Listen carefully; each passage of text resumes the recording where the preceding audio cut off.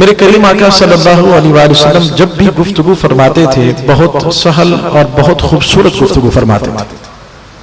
उम्मुल मोमिनीन अम्मा आयशा सिद्दीका रज़ियल्लाहु ताला अन्हा फरमाती हैं, अगर मेरे महबूब की गुफ्तगू को कोई गिनना चाहता, हुरूफ को अगर गिनना भी चाहता तो गिन सकता था।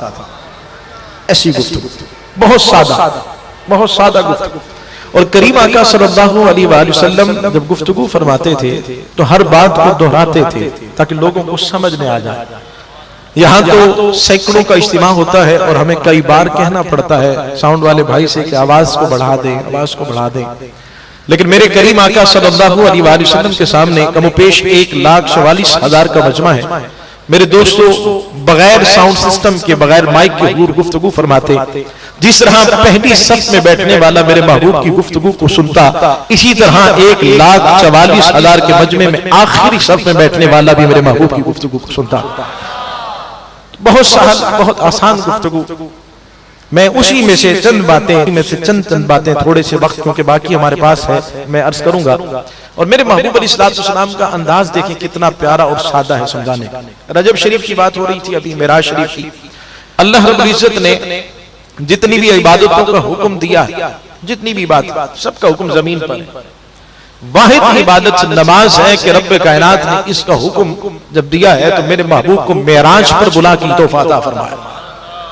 अब देखिए सादा अंदाज कितना है। करीम आका सल्लल्लाहु अलैहि वसल्लम ने कितने प्यारे अंदाज में, सादे अंदाज में समझाया। हज़रत अबू हुरैरा रज़ियल्लाहु ताला अन्हु के रावी हैं, नबी करीम सल्लल्लाहु अलैहि वसल्लम ने सहाबे किराम रिज़वानुल्लाहि ताला अलैहिम अजमाइन से मर्तबा पूछा कि अगर किसी शख्स के घर के सामने नहर हो और दिन में उसमें 5 मर्तबा नहाता भी हो, मेरे महबूब पूछ रहे हैं क्या उसके जिस्म पर कोई मैल बाकी रह सकता है?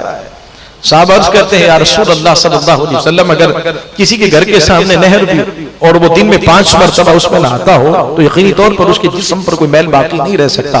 मेरे करीम आका सल्लल्लाहु अलैहि वसल्लम मिसाल देते हुए फरमाते हैं, इसी तरह जब कोई दिन में 5 वक्त नमाज अदा कर लेता है तो उसके जिस्म पर भी कोई गुनाह बाकी नहीं रहता। क्योंकि हम बहुत सी, मेराज शरीफ की बात हो रही थी, बहुत सी बातें करते हैं, रजब शरीफ का महीना गुजरा है, बहुत सारी निस्बतें हैं, इस पर भी 2-3 बातें मैंने अर्ज करनी है। और एक रिवायत हज़रत अनस रज़ियल्लाहु ताला अन्हु के रावी हैं, करीम आका सल्लल्लाहु अलैहि वसल्लम की बारगाह में एक शख्स आया और उसने आकर अपने गुनाह का इकरार किया, या रसूल अल्लाह सल्लल्लाहु अलैहि वसल्लम, मुझसे गलती हो गई है, मुझसे गुनाह हो गया, इसकी जो सजा है, हद है, वो जारी फरमाए। हज़रत अनस रज़ियल्लाहु ताला फरमाते हैं कि उस वक्त नमाज का वक्त हो गया, हुजूर नमाज के लिए तशरीफ ले गए। नमाज के बाद जब हुजूर तशरीफ लाए तो वो शख्स उसी बात पर कायम और फिर अर्ज करता है, या रसूल अल्लाह सल्लल्लाहु अलैहि वसल्लम, मुझसे खता हो गई है, मुझसे गलती हो गई है, अब जारी फरमाइए। मेरे करीम आका सल्लल्लाहु अलैहि वसल्लम ने फरमाया कि तुमने अभी नमाज पढ़ी है? अर्ज करता है, या रसूल अल्लाह सल्लल्लाहु अलैहि वसल्लम, अभी आपके सामने नमाज, आपके साथ नमाज अदा की है।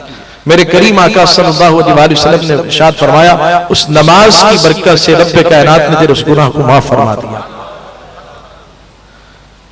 इस पर जितनी भी गुफ्तगू की जाए, चूंकि मैं वक्त देख रहा हूं और चंद मिनट बाकी हैं और इसमें बहुत सारी बातें आपसे करनी है। मैं समझता हूं कि नमाज की अहमियत को, बहुत सारी कुरान की आयतें मौजूद हैं, लेकिन अगर हम इश्क का दावा करते हैं, मोहब्बत का दावा करते हैं, हमसे बड़ा आशिक कोई नहीं। मेरे करीम आका सल्लल्लाहु अलैहि वसल्लम ने फरमाया कि नमाज मेरी आंखों की ठंडक है। क्या है? ऊंची आवाज से जो नमाज पढ़ते हैं कम से कम वो तो जवाब दें ताकि मुझे तसल्ली हो, क्या बैठे हैं। नमाज क्या है? मेरे महबूब क्या फरमाते हैं? आंखों की, हाँ, इसी तरह जागते रहिए, आंखों की ठंडक है। जब कोई गुलाम सर सजदे में रखता है तो मुस्तफा को खुशी मिलती है। नमाज मेरे महबूब फरमा रहे हैं कि नमाज मेरी आंखों की ठंडक है। जरा गौर करें, जुमले पे दोहरा रहा हूं, नमाज मेरी आंखों की ठंडक है, नमाज मेरी आंखों की ठंडक है। आज हम किसी से बात करें ना, वो अपने इतने सारे मसाइल बता लेता है, यार ये भी मसला है, मेरे साथ ये भी मसला है, मेरे साथ ये भी मसला है। घंटों हम अपने मसाइल गिनवाने में लगा देते हैं, लेकिन हम नमाज पढ़ने के लिए तैयार नहीं। आज हर दूसरा शख्स रिस्क का मामला आजकल बहुत तंगी चल रही है। मामलात ऐसे, बरकत ही नहीं होती। कोई ऐसा ताबीज, कोई वजीफा मिल जाए जिसमें बरकत हो जाए, ये सारे जुमले सुनाने के लिए तो हम तैयार होते हैं, लेकिन हम कुरान की तिलावत करने के लिए तैयार नहीं। अगर आप उससे पूछ लें कि घर में सब ठीक है, तो एक लिस्ट, लंबी सी लिस्ट आ जाती है। घर में वालिदा के साथ ये मसला है, वाली साहब के साथ ये मसला है, छोटे भाई के साथ अब ये मसला चल रहा है, ये मर्ज, ये मरीज, ये बहुत सारे, हम एक लिस्ट बना देते हैं कि ये भी मसला, ये भी सारे मसले हमारे घर पर हैं, लेकिन हम में से कोई भी कसरत के साथ दुरूद पाक पढ़ने को तैयार नहीं है। लेकिन मेरे करीम आका सल्लल्लाहु अलैहि वसल्लम फरमाते हैं नमाज मेरी आंखों की ठंडक है। आज हमारे मसाइल इतने हैं, आस्थानों पर लंबी लाइन लगी हुई है, कोई ऐसा तवीज मिल जाए जिससे हमारा मसला हल हो जाए, कोई ऐसा तवीज जिसे हम तकिए के नीचे रखें और सुबह उठे मालदार हो जाए, कोई ऐसा तवीज हो कि जो हम लेकर आए और हमारी दुकानें चलने लग जाए, हमारे मामला खत्म हो जाए। बात रिकॉर्ड हो रही है और मैं अर्ज कर रहा हूं, मेरे दोस्तों याद रखना, इतने मोटे मोटे तावीज हो या इतने मोटे तावीज हो, ये तकिए के नीचे रखने किसी सी में लेकर आ जाए, तब तक हमारे मसले हल नहीं होंगे जब तक हम अपनी पेशानी अपने रब के हुजूर झुका नहीं देंगे, जब तक हम नमाज नहीं पढ़ेंगे, रब के सामने अपनी पेशानियों को नहीं झुकाएंगे, हमारे मसले हल नहीं हो सकते हैं।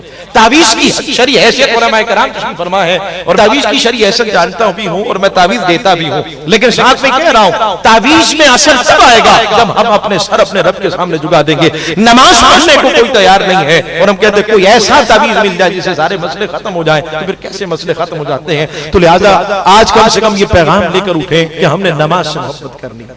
मेरा शरीफ के जहां बहुत सारी बातें हम करते हैं तो खास तोहफा नमाज है, और अपने बच्चों से कहें नमाज के लिए। अपने बच्चों को हुक्म यह है कि जब 7 साल के हो जाए नमाज का कहा जाए, और जब 10 साल के हो जाए तो उन्हें मार के नमाज पढ़ाई जाए। लेकिन ये तरबियत तो बचपन से होती है ना। ऐसा कैसे हो सकता है कि अगर बाप ये चाहता है कि मैं फिल्म देखता रहूं मेरा बेटा नमाजी बन जाए, ये तो नहीं हो सकता। ऐसा कैसे हो सकता है?